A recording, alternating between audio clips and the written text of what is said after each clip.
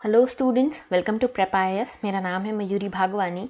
आज हम डिस्कस करने वाले हैं 16 अक्टूबर के द हिंदू न्यूज़पेपर को। शुरू करते हैं। उससे पहले today's pinch of positivity. Best way to predict future is to create it. अगर आप चाहते हैं कि जो आपने सोचा है वो एक्चुअल में रियलाइज़ भी हो फ्यूचर में, तो आपको उसको क्रिएट करना पड़ेगा, आपको उसके लिए मेहनत करनी पड़ेगी। ठीक है, with this positivity let's start. देखो, आज के टॉपिक्स देख लेते हैं। GS1 में we have nothing for today. GS2 में सोशल जस्टिस में से ग्लोबल हंगर इंडेक्स। वैसे तो ये हंगर इंडेक्स हम कल डिस्कस कर चुके हैं, लेकिन आज ये न्यूज़ में इसीलिए था क्योंकि गवर्नमेंट ने इसको मानने से इनकार कर दिया कि इंडिया की इतनी पीछे रैंक नहीं हो सकती। हम उसके लिए काम कर रहे हैं हंगर को कर्ब करने के लिए। तो ग्लोबल हंगर इंडेक्स को इंडिया नहीं मानती, ये चीज़ कही है गवर्नमेंट ने। ठीक है, तो इसको देखेंगे। देन इंटरनेशनल रिलेशन में से लेबनान अनरेस्ट के बारे में थोड़ा सा देखेंगे। Then US India climate finance के बारे में देखेंगे। हेल्थ में TB डेथ्स जो हैं वो बढ़ रही हैं आफ्टर कोरोना, तो इसको देखेंगे। GS3 में इकोनॉमी में फास्ट फॉरवर्ड, ये एक एडिटोरियल आया था जो प्राइम मिनिस्टर की गति शक्ति मास्टर प्लान आया है, उसी के रेफरेंस में ये आर्टिकल है, इसको देखेंगे। ओके, एंड एनवायरमेंट में मधुमलाई टाइगर रिजर्व और सबल बर्निंग के बारे में देखेंगे। GS4 में आज हम जो टॉपिक लेने वाले हैं, जो की टर्म लेने वाले हैं, वो है इंटीग्रिटी। ठीक है, शुरू करते हैं।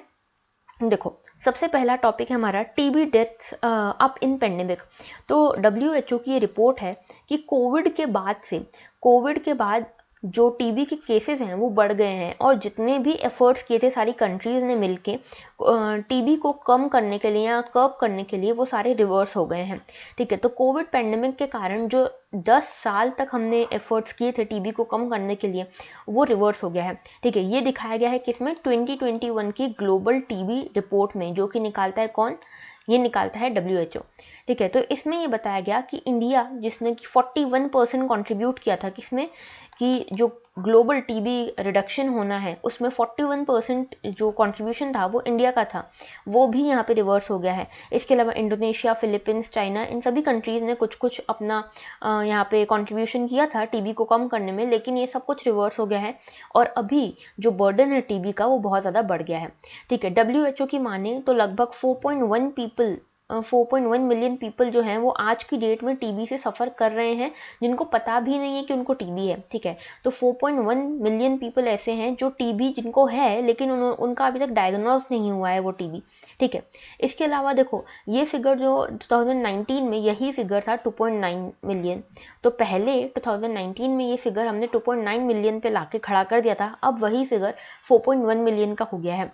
ये उन लोगों की बात नहीं कर रही मैं जिनको TB है। इनको TB है तो सही, लेकिन इन्हें पता नहीं है कि इनको TB है। ठीक है, इसे लेटेंट TB कहा जाता है। ओके, और TB की देखो ये एक बड़ी प्रॉब्लम है TB की, कि TB में आपको पता ही नहीं चलता कि आपको ये TB है। ठीक है, तो अगर आपको पता नहीं है, आपका डायग्नोस नहीं हुआ है TB, तो आप इसके लिए इलाज नहीं ले सकते, और इसलिए आप इसको कर्ब नहीं कर सकते। ठीक है, अब यहाँ पे एक चीज़ और देखो कि there was also a reduction in provision of TB preventive treatment. तो यहाँ पे TB प्रिवेंटिव ट्रीटमेंट जो लेने वाले लोग हैं उनमें भी रिडक्शन देखा गया है।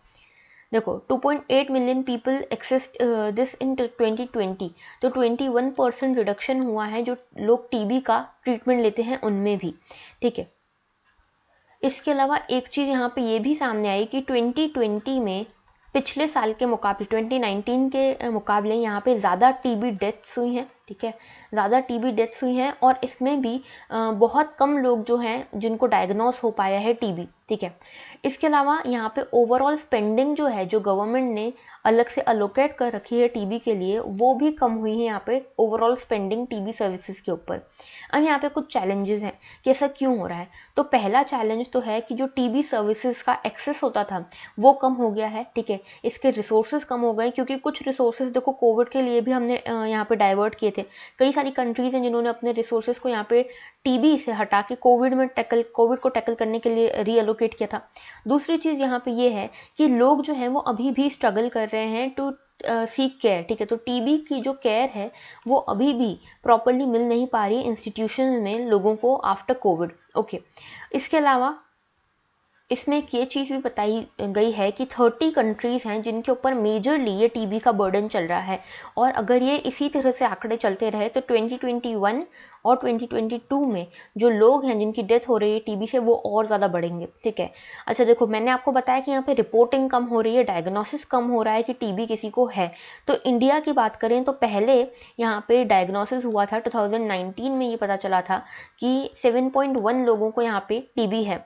2020 में ये पता चला है कि सिर्फ 5.8 मिलियन लोगों को टीबी है। ठीक है, तो ये फिगर कम हो गया ना। तो इसके पीछे ये नहीं है कि लोगों को कम हो गया है टीबी होना। ठीक है, टीबी अभी भी उतनी ही पेस से हो रहा है, लेकिन यहाँ पे डायग्नोसिस कम हो पा रहा है। ठीक है, अब देखो टीबी है क्या। आई थिंक आपको सभी को पता होगा, ट्यूबरकुलोसिस इसका फुल फॉर्म होता है टीबी का। ठीक है, और जैसे कि आप इस पिक्चर में देख पा रहे हो, मेजरली जो ये इम्पैक्ट करता है वो लंग्स को करता है। इसके आसपास के एरियाज को भी ये कर सकता है इम्पैक्ट, लेकिन सबसे ज़्यादा लंग्स पे यहाँ पे असर पड़ता है। यहाँ पे क्रोनिक कफ होता है और यहाँ पे ब्लड कंटेनिंग म्यूकस आपको देखने को मिलता है। ठीक है, तो काफ़ी ज़्यादा खांसी होती है और खून की खांसी यहाँ पे हो सकती है। ठीक है, तो लंग्स यहाँ पे इन्फेक्ट हो जाते हैं, और ये होता है एक बैक्टीरिया के कारण जिसका नाम है माइकोबैक्टीरियम ट्यूबरकुलोसिस। ठीक है, थोड़ा सा इसको डेप्थ में देखते हैं टीबी को। तो देखो, सबसे पहली चीज़ तो ये बैक्टीरिया के कारण होता है, ये बहुत इंपॉर्टेंट है, और इसका नाम क्या है, माइकोबैक्टीरियम ट्यूबरकुलोसिस। मेनली ये लंग्स को अफेक्ट करता है।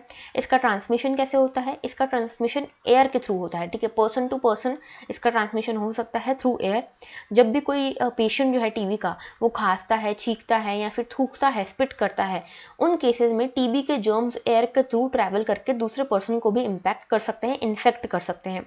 सिम्टम्स की बात करें यहाँ पे तो देखो, कफ होता है, यहाँ पे ब्लड के साथ हो सकता है, चेस्ट पेन होता है, weakness, weight loss, fever, night sweats, ये सब चीज़ें हो सकती हैं। ट्रीटमेंट की बात करें तो देखो, टीबी ट्रीटेबल है। ठीक है, ट्रीटेबल है, क्यूरेबल डिसीज ये है। ठीक है, देखो कई बार प्रीलिम्स में ऐसा पूछा जाता है कि there is no cure to this disease, तो यहाँ पे आपको पता होना चाहिए कि ट्रीटमेंट टीबी का तो है, क्योर तो टीबी का है। ठीक है, और यहाँ पे 6 महीने का कोर्स होता है एंटी माइक्रोबियल ड्रग्स का। ठीक है, 4 एंटी माइक्रोबियल ड्रग्स यहाँ पे यूज होते हैं, और यहाँ पे 6 महीने का पूरा ये कोर्स होता है।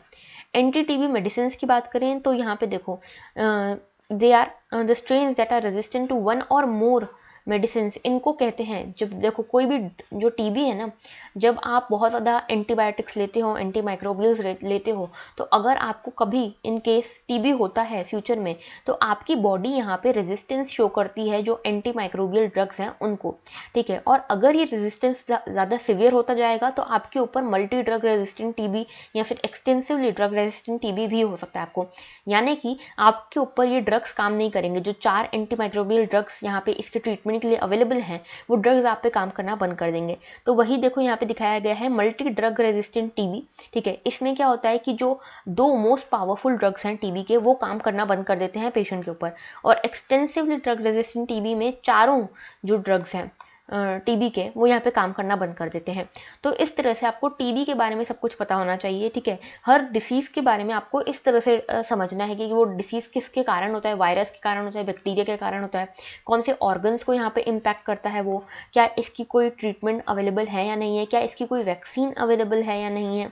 ठीक है, जैसे देखो टीबी की एक वैक्सीन आती है BCG वैक्सीन, ये भी आपको पता होना चाहिए। ठीक है, तो इस तरह से वैक्सीन अवेलेबल है कि नहीं, ट्रीटमेंट है तो क्या ट्रीटमेंट अवेलेबल है, इसके लिए कौन कौन से प्रोग्राम्स चलाए जा रहे हैं। तो देखो, एक निक्षय प्रोग्राम भी चलाया जा रहा है टीबी को डायग्नोस करने के लिए, मॉनिटर करने के लिए। ठीक है, फिर एक नेशनल टीबी एलिमिनेशन प्रोग्राम भी चलाया जा रहा है इंडिया में। ठीक है, जो 2017 से चलाया जा रहा है। और तो इस तरह से ये आपको पूरा चीज़ होलिस्टिकली पढ़नी है। ठीक है, आगे बात करते हैं। ये हमारा नेक्स्ट इशू है, Mudumalai tiger captured after 22 days operation. तो मधुमलाई का एक टाइगर था जिसको कैप्चर करने की बात चल रही थी, तो उसका नाम है MDT-23। देखो, ये इंपॉर्टेंट नहीं है, यहाँ पे एक टाइगर को ट्रैंकुलाइज किया है, ये न्यूज़ में है। ये जो टाइगर रिजर्व है ये हमारे लिए इंपॉर्टेंट है, मधुमलाई टाइगर रिजर्व। तो देखो, मधुमलाई टाइगर रिजर्व सिचुएटेड कहाँ है, ट्राई जंक्शन पे ये सिचुएटेड है, तमिलनाडु, कर्नाटक और केरला के। ठीक है, और ये Ooty Mysore interstate national highway जो आता है उसमें पड़ता है। तो देखो, ये चीज़ें बहुत इंपॉर्टेंट हो जाती हैं प्रीलिम्स के लिए, कि एक तो ये ट्राई जंक्शन में पड़ता है तमिलनाडु, कर्नाटक और केरला के, और ये ऊटी मैसूर जो नेशनल हाईवे है उस पर पड़ेगा।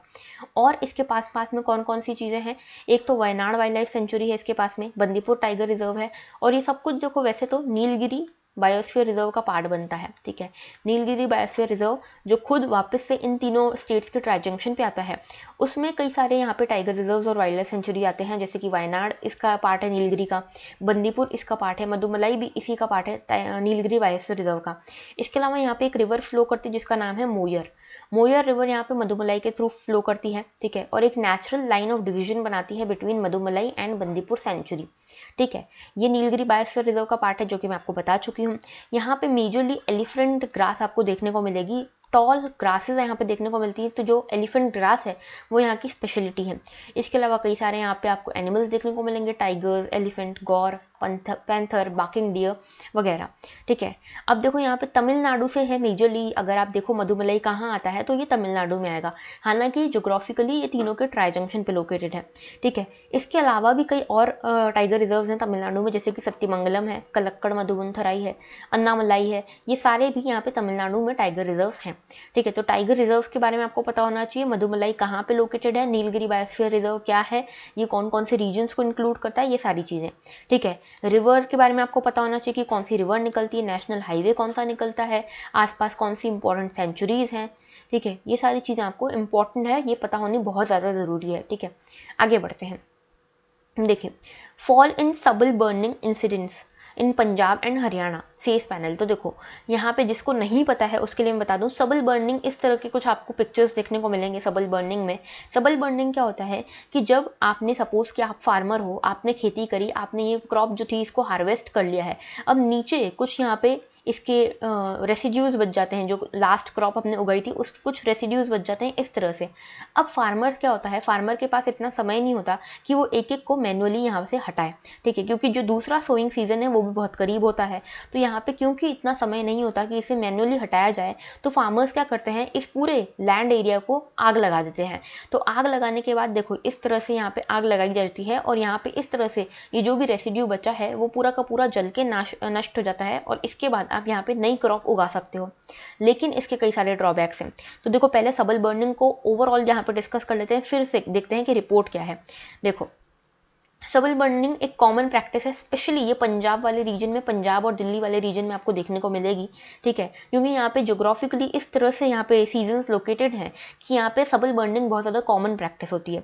ठीक है, यहाँ पे फार्मर्स क्या करते हैं, ये फील्ड को अपनी दूसरी सोइंग के लिए प्रिपेयर करने के लिए नवंबर के आसपास, देखो मैंने जैसे कि बताया यहाँ पे आपने पहले एक क्रॉप उगाई। ठीक है, क्रॉप उगाने के बाद आपने उसको हार्वेस्ट कर दिया, तो यहाँ पे कुछ कुछ रेसिड्यूज बच गए। अब आपको नया यहाँ पे सोइंग सीजन आने वाला है आपका वीट का नवंबर में। अब आपके पास समय नहीं है कि आप यहाँ पे मैनुअली इसको कट करो। ठीक है, यहाँ पे आप यहाँ फिर इसको मशीन्स लगाओ, ये सारे आपके पास ना पैसे हैं ना आपके पास समय है। तो आप क्या करते हो, यहाँ पे इस पूरे फील्ड को आग लगा देते हो, और इस पूरे फील्ड को आग लगाने के बाद ये पूरी फील्ड क्लीन हो जाती है। अब यहाँ पे आप यहाँ पे जो भी पैडी या वीट जो भी आपको सो करना है वो आप यहाँ पे कर सकते हो। ठीक है, तो ये पूरे है सबल बर्निंग। तो यहाँ पे नवंबर के महीने में यूजुअली देखा जाता है कि वीट सो करने के लिए समय बहुत कम रहता है हार्वेस्टिंग ऑफ पैडी और सोइंग ऑफ वीट के बीच में। तो इसीलिए यहाँ पे क्या किया जाता है कि पूरे के पूरे लैंड एरिया को आग लगा दी जाती है। तो इसके कारण कई सारे एमिशन होता है हार्मफुल गैसेस का, जैसे कि carbon dioxide, sulphur dioxide, nitrogen oxide, nitrogen dioxide, particulate matter. इन सभी के कारण एयर पॉल्यूशन बहुत ज़्यादा प्रॉब्लम हो जाती है एयर पॉल्यूशन की। ठीक है, और सिर्फ एयर पॉल्यूशन की प्रॉब्लम नहीं होती, और भी कई सारी यहाँ पे प्रॉब्लम्स हो जाती हैं, जैसे कि यहाँ पे सॉइल की फर्टिलिटी जो है ना ये बहुत कम हो जाती है।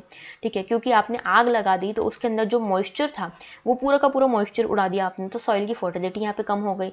यहाँ पे हीट रिटेंशन जो है वो यहाँ पे बहुत ज़्यादा हो गया। ठीक है, मतलब हीट जो है सॉइल की हीटिंग कैपेसिटी जो है वो बहुत बढ़ गई, क्योंकि यहाँ पे मॉइस्चर कम हो गया है।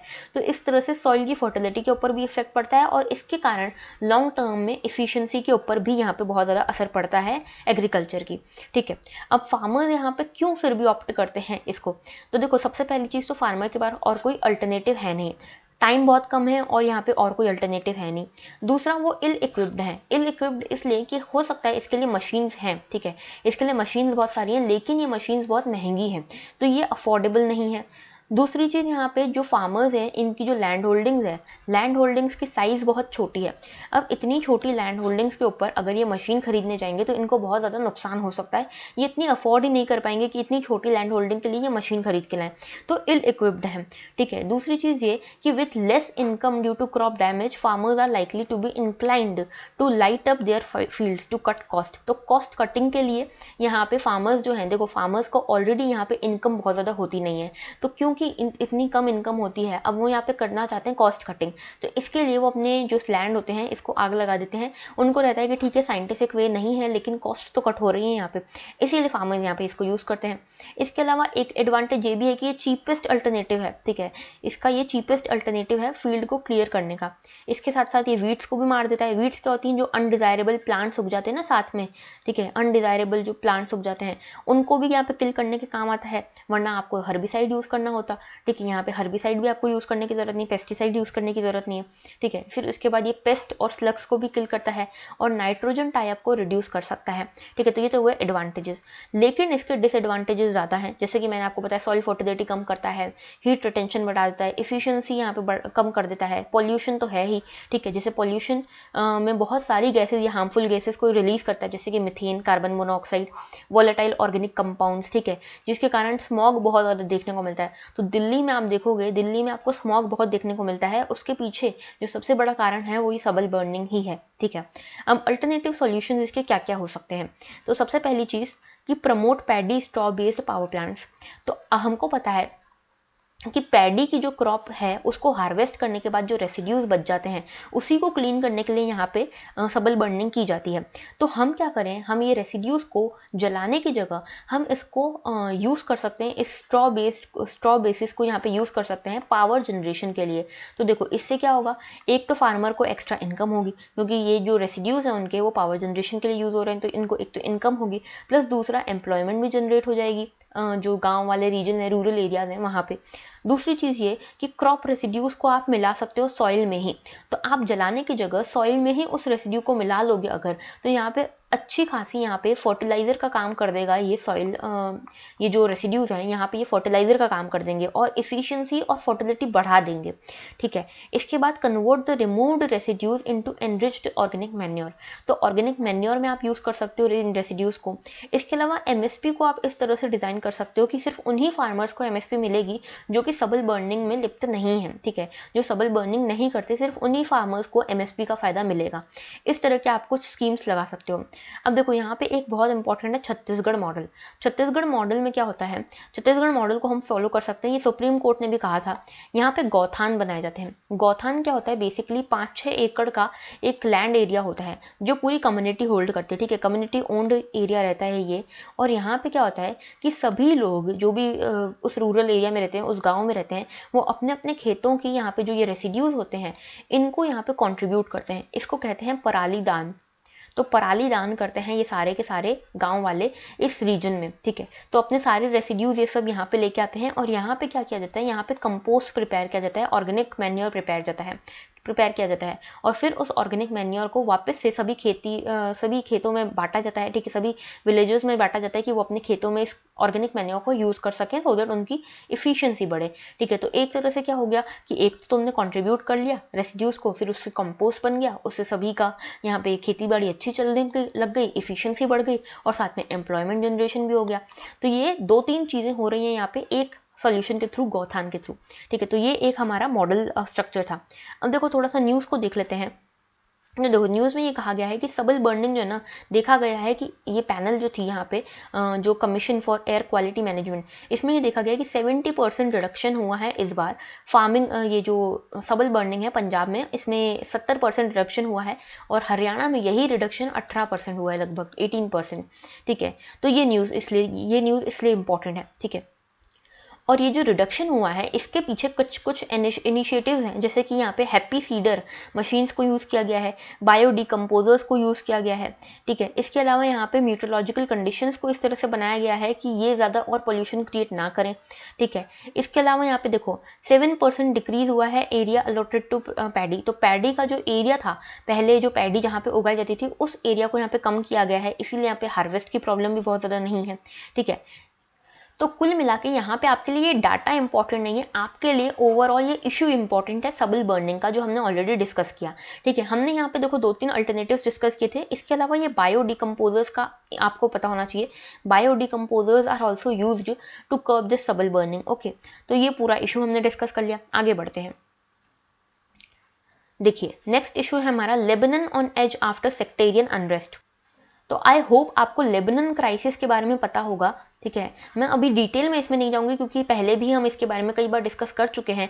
लेबनन में बेसिकली देखो सेक्टेरियन क्राइसिस है एक। तो सेक्टेरियन क्राइसिस इसलिए क्योंकि यहाँ पे शिया सुन्नी आपको देखने को मिलेंगे, शिया मुस्लिम्स देखने को मिलेंगे, सुन्नी मुस्लिम्स देखने को मिलेंगे और क्रिश्चियंस भी देखने को मिलेंगे।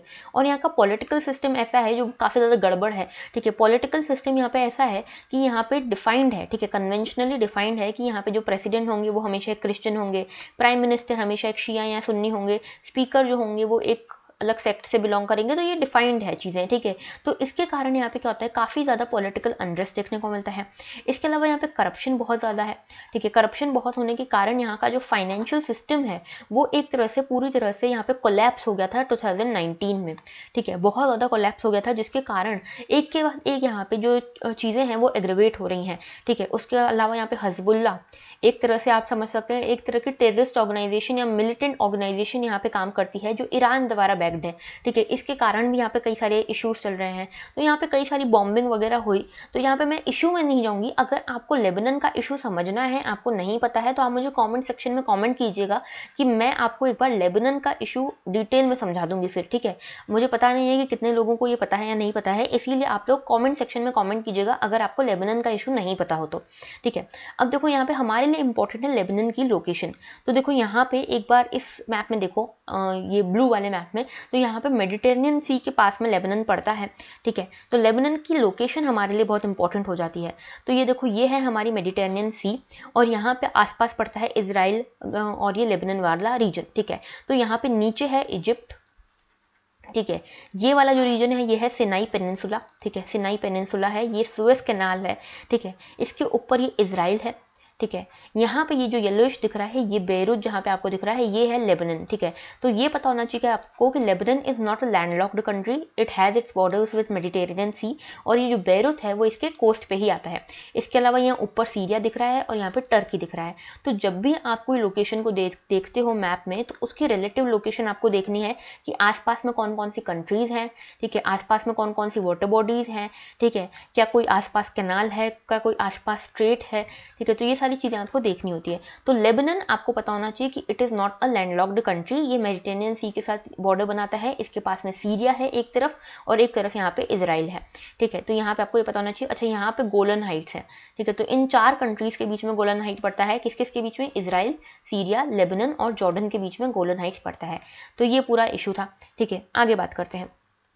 देखिए, यूएस इंडिया मिनिस्टेरियल डायलॉग हुआ है, इसमें कई सारी चीज़ों पे बात हुई है, जिसमें से एक है क्लाइमेट फाइनेंस के बारे में। तो फाइनेंस मिनिस्टर जो हमारी हैं निर्मला सीतारमन जी और यूएस के ट्रेजरी सेक्रेटरी जो हैं, इन दोनों के बीच में 8th मिनिस्टीरियल मीटिंग हुई है और यहाँ पे कई सारी चीज़ों के बारे में बात हुई। सबसे पहली जो बात हुई है वो बात हुई है क्लाइमेट फाइनेंस के बारे में। ठीक है, तो देखो जैसा कि हम लोग अभी कुछ दिनों से डिस्कस कर भी रहे थे कि COP26 होने वाला है। यूएनएफसीसी जो है, यूएनएफसीसी ये यूएन की क्लाइमेट चेंज को रिगार्डिंग एक बॉडी है। इसकी कई सारी मीटिंग्स होती है जिसको कॉप कहा जाता है, कॉन्फ्रेंस ऑफ पार्टीज। इसमें COP26 होनी है, 26th मीटिंग होनी है ग्लासगो यूके में।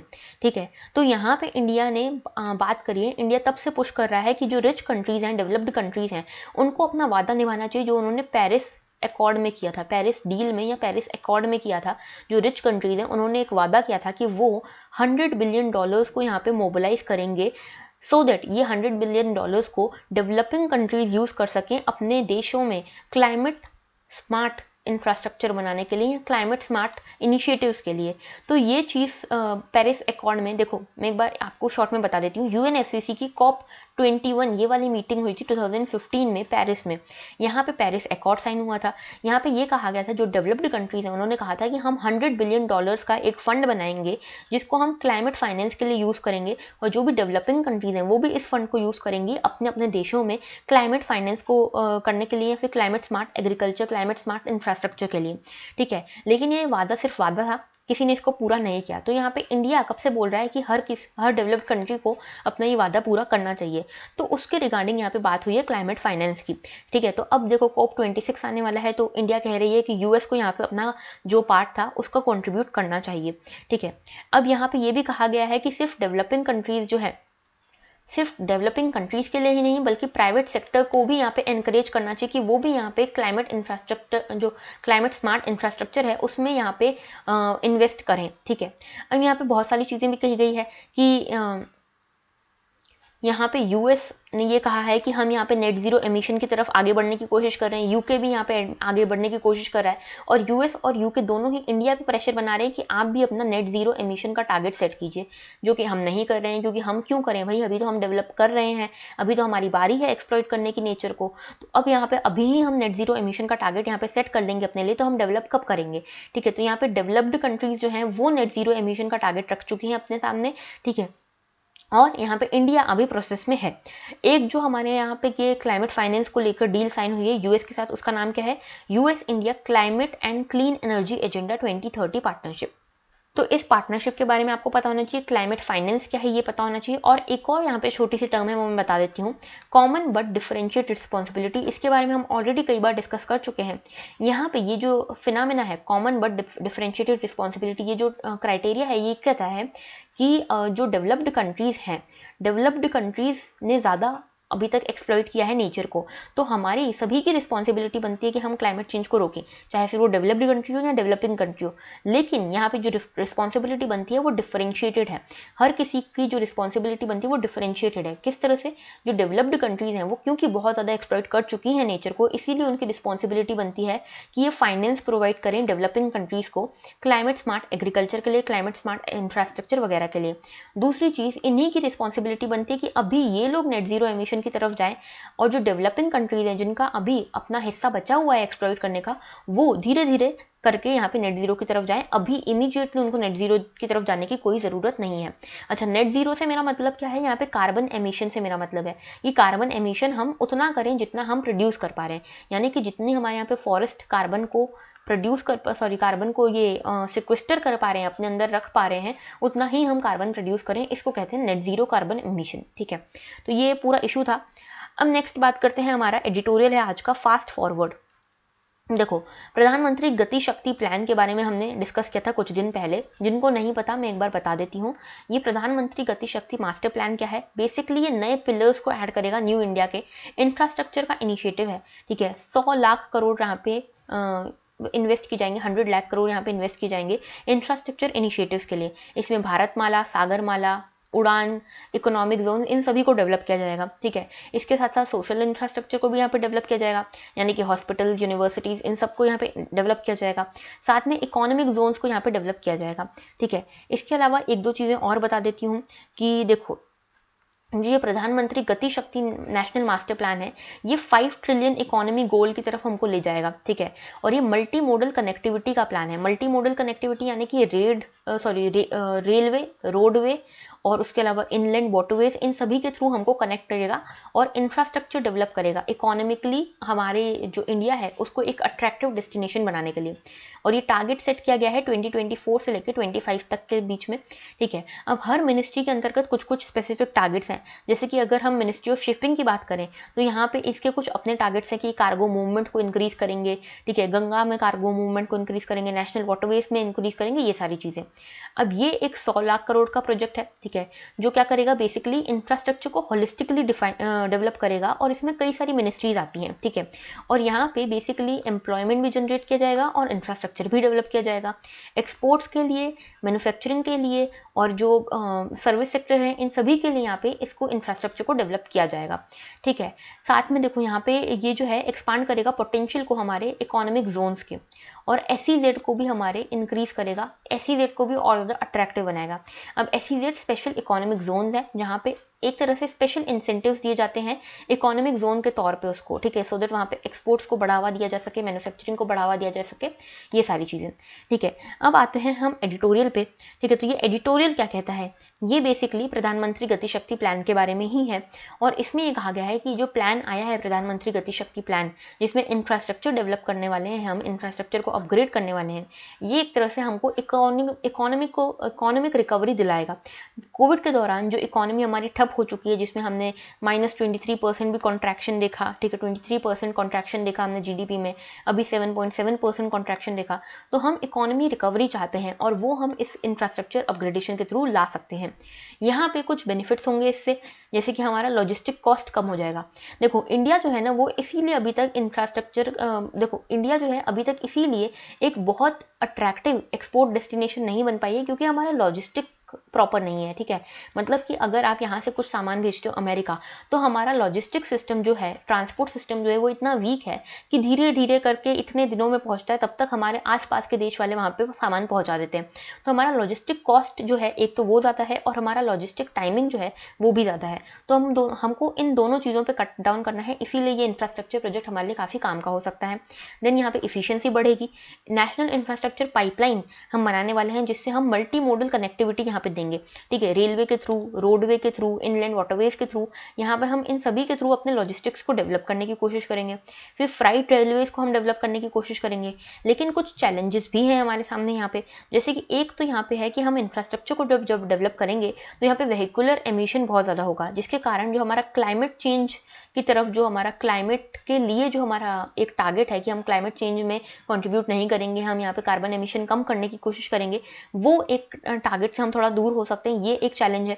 दूसरा ये चैलेंज है कि जो डीजल के प्राइजेस हैं वो बढ़ रहे हैं, टैक्सेस बढ़ रहे हैं, तो ऐसे में इंफ्रास्ट्रक्चर किस तरह से डेवलप होगा, ये भी एक चैलेंज है। तो कि एक इंफ्रास्ट्रक्चर हम डेवलप कर भी देते हैं, तो क्या लॉजिस्टिक कॉस्ट हम कम कट कर पाएंगे, ठीक है, ये भी एक इशू है, ठीक है। उसके बाद यहाँ पे वेसल टर्नआउट जो टाइम है वो कम होगा, जैसे कि मैंने आपको बताया कि लॉजिस्टिक्स में हमारा टाइम बहुत लगता है, तो ये टाइम भी कट डाउन करेगा ये इंफ्रास्ट्रक्चर प्रोजेक्ट। पोर्ट लिंकेज करेगा। इसके अलावा लैंड अवेलेबिलिटी का एक इशू है कि लैंड कौन सा हम यूज़ करेंगे, क्योंकि देखो यहाँ पे जो लैंड अवेलेबल है, एक तो वो ये भी इशू है कि देखो यहाँ पे एक्विजिशन का इशू है कि यहाँ पे लैंड एक्विजिशन जो होता है इंफ्रास्ट्रक्चर प्रोजेक्ट्स के लिए वो बहुत धीरे हो पाता है, क्योंकि क्लियरेंसेस नहीं मिल पाते, तो वो एक इशू है। इसका भी सोल्यूशन इस आर्टिकल में दिया हुआ है, उसको डिस्कस करते हैं। उससे पहले देखो इकोनॉमिक सर्वे में भी ये कहा था कि यहाँ पे कुछ चैलेंजेस तो हैं, जैसे कि हमने यहाँ पे देखा कि वेहिकुलर एमिशन बहुत ज़्यादा होगा, उसके कारण जो क्लाइमेट की तरफ हम यहाँ पे कंट्रीब्यूट करते हैं वो नहीं कर पाए, हो सकता है कि नहीं कर पाए। इसके अलावा डीजल के रेट्स यहाँ पे बढ़ सकते हैं टैक्सेस के कारण। इसके अलावा एक इशू ये है कि सेंटर और स्टेट में कोऑर्डिनेशन बहुत मुश्किल होता है इंफ्रास्ट्रक्चर प्रोजेक्ट्स में, तो एक हमको ये भी चैलेंज फेस करना पड़ सकता है। इसके अलावा प्राइवेट पार्टिसिपेशन को अभी हमको बढ़ाने की ज़रूरत है, क्योंकि इतना हमारे पास पैसा नहीं है, हम ऑलरेडी इकोनॉमी को रिकवर करने की कोशिश कर रहे हैं, तो हमको यहाँ पे पैसा प्राइवेट सेक्टर से मंगाना पड़ेगा, प्राइवेट सेक्टर को हमको एनकरेज करना पड़ेगा इस सेक्टर में, ठीक है। इसके अलावा कोविड का इम्पैक्ट जो है जॉब्स वगैरह अभी तक भी वो प्रॉपरली रिकवर हो नहीं पाई हैं, जितने जॉब लॉसेस वगैरह हुए थे, तो इनको भी हमको देख के चलना है, तो हमको इनको भी साथ में लेके चलना है। जो डिप्रेस्ड वेजेस हैं, कंजप्शन को हमको इंक्रीज करना है, वेजेस को हमको इंक्रीज करना है, जॉब्स को वापस से लाना है, स्टेबल करना है, तो ये भी इशूज़ हैं हमारे सामने। अच्छा, लैंड एक्विजिशन का एक जो इशू था, इसमें हम क्या कर सकते हैं कि हम GIS टेक्नोलॉजी को, जोग्राफिकल इंफॉर्मेशन सिस्टम को यहाँ पे यूज़ कर सकते हैं, रिमोट सेंसिंग को यूज़ कर सकते हैं, और जो एरियाज ऑलरेडी डिग्रेडेड पड़े हैं, जो एरियाज जो ऑलरेडी पॉल्यूशन में अभी तक हैं, उनको हम यूज़ कर सकते हैं, जो अनयूज्ड लैंड एरियाज है ना, सो दैट वहाँ पे लैंड एक्विजिशन हमको आसानी से हो जाए, वहाँ पे ज़्यादा क्लियरेंसेस के इशू ना हो। इसके अलावा एक फेडरलिज्म को हमको रिस्पेक्ट करने की ज़रूरत है, अगर हम चाहते हैं कि हमारा जो PM गति शक्ति प्लान है वो प्रॉपरली चले, तो यहाँ पे लैंड एक्विजिशन हम प्रॉपरली कर सकते हैं, फेडरलिज्म को अगर हम अच्छे से मैनेज कर लें तो हम यहाँ पे प्रॉपरली काम कर सकते हैं, और साथ में प्राइवेट पार्टिसिपेशन के थ्रू भी हम इसको प्रॉपरली इंप्लीमेंट कर सकते हैं। तो कुल मिला के ये एडिटोरियल ये बताता है कि PM गति शक्ति प्लान, जो कि ऑलरेडी बहुत अच्छा प्लान है, इसको हम इम्प्लीमेंटेशन में किस तरह से अच्छे से इसका इम्प्लीमेंटेशन और एग्जीक्यूशन कर सकते हैं, ठीक है। तो ये पूरा इशू था। आगे बात करते हैं।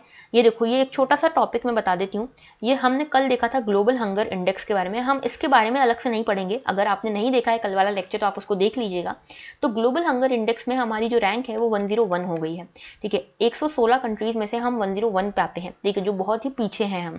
और इसमें हमने देखा था कि 4 पैरामीटर्स हैं, जिसमें से चाइल्ड वेस्टिंग जो है ना, वो एक सबसे बड़ा कारण है जिसके कारण हम पीछे आए हैं। ठीक है, बाकी तीनों जो पैरामीटर्स हैं उसमें हमने अच्छा परफॉर्म किया है, लेकिन इसमें हमने अच्छे से परफॉर्म नहीं किया।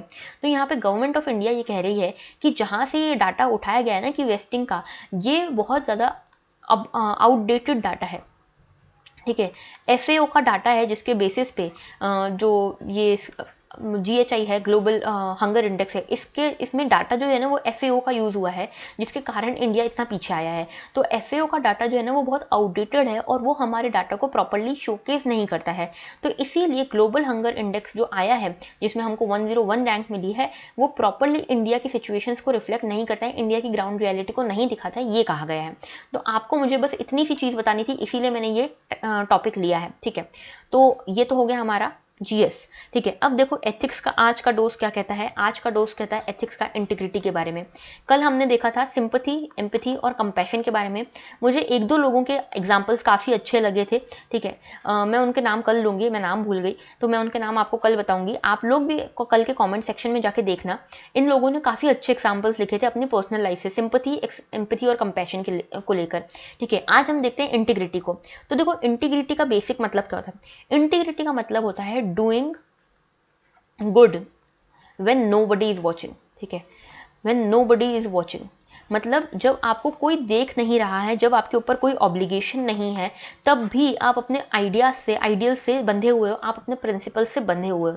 तो integrity is the ability of an individual to remain consistent. आप अपने आइडियल्स पे, अपने प्रोफेशनल और पर्सनल वैल्यूज पे कंसिस्टेंट हो। ठीक है, इसको कहते हैं इंटीग्रिटी। यानी कि आप अपनी एथिकल और मॉरल वैल्यूज से बदलते नहीं हो। ठीक है, आप चाहे कैसी भी सिचुएशन हो, आप अपने एथिक्स पे खड़े रहते हो, आप अपने कोड ऑफ कंडक्ट पे खड़े रहते हो, कोड ऑफ एथिक्स पे खड़े रहते हो। ठीक है, ये एक क्वालिटी है of being honest to oneself, कि आप जैसे सपोज कि मेरा बिलीफ है, मैं ऑनेस्टी में बहुत मानूं अगर। ठीक है, सपोज कि मैं ऑनेस्टी में बहुत मानती हूँ, तो चाहे फिर कैसी भी सिचुएशन हो, मैं ऑनेस्टी में मानूंगी। ठीक है, तो ये मेरी इंटीग्रिटी है कि मैं अपनी वैल्यूज़ में तब भी मानती हूँ जब मेरे पास सिचुएशंस फेवरेबल नहीं है। फॉर एग्जाम्पल महात्मा गांधी जी का आपने वो इंसिडेंट सुना होगा जिसमें उनको एक टीचर कॉपी कराने के लिए आता है, लेकिन वो मना कर देते हैं। ठीक है, तो ये उनकी इंटीग्रिटी होती है। वो ट्रुथफुलनेस में बहुत बिलीव करते हैं, और वो इसमें तब भी मानते हैं जब उनके पास ऑप्शन होता है चीटिंग करने का। तो ये उनकी इंटीग्रिटी को दिखाता है। अब देखो इसमें इंटीग्रिटी में और क्या क्या चीज़ें इंक्लूडेड होती है। देखो मॉरल प्रिंसिपल्स की साउंडनेस होना, अपराइटनेस मतलब जो आप मानते हो वो आप करो। ठीक है, ऑनेस्टी होना, सिंसेरिटी होना, सिंक्रोनाइजेशन होना किसी के थॉट, स्पीच और एक्शन में। सपोज कि मैं कहती हूँ कि मैं तो बहुत मानती हूँ ऑनेस्टी में, लेकिन जब मुझे चीटिंग करने को दिया गया तो मैंने चीटिंग कर ली। ठीक है, तो ऐसे में मैंने कहा कुछ और किया कुछ। ठीक है, तो यह सिंक्रोनाइजेशन नहीं हुआ। तो यहाँ पे सिंक्रोनाइजेशन होना चाहिए थॉट्स में, स्पीच में और एक्शन में, और खुद के प्रिंसिपल से आपको लॉयल्टी होनी चाहिए। ठीक है, इसको कहते हैं इंटीग्रिटी। अब जैसे कि मैंने आपको महात्मा गांधी का एक एग्जाम्पल बताया, वैसे आप सभी लोग अपना एक पर्सनल एग्जाम्पल बताइएगा इन द कमेंट सेक्शन कि आपने कब ऐसा कुछ आपको समझ में आया कि आपके लाइफ में इंटीग्रिटी कितनी है। ठीक है, ऐसा कोई इंसिडेंट हो जिससे इंटीग्रिटी पता चलती हो, उसका आपको पर्सनल एग्जाम्पल देना है इन द कमेंट सेक्शन, और दीजिएगा जरूर। देखो पार्टिसिपेशन से ही मजा आता है, वरना कोई मजा नहीं आएगा। मैं यहाँ पे सिर्फ आपको बता के चली जाऊँ इंटीग्रिटी का मतलब, कोई मजा नहीं आएगा आप जब तक इन्वॉल्व नहीं होंगे। तो यहाँ पे आपको अपना पर्सनल एग्जाम्पल बताना है कॉमेंट सेक्शन में regarding integrity. Okay, so that was all for today. Thank you for watching.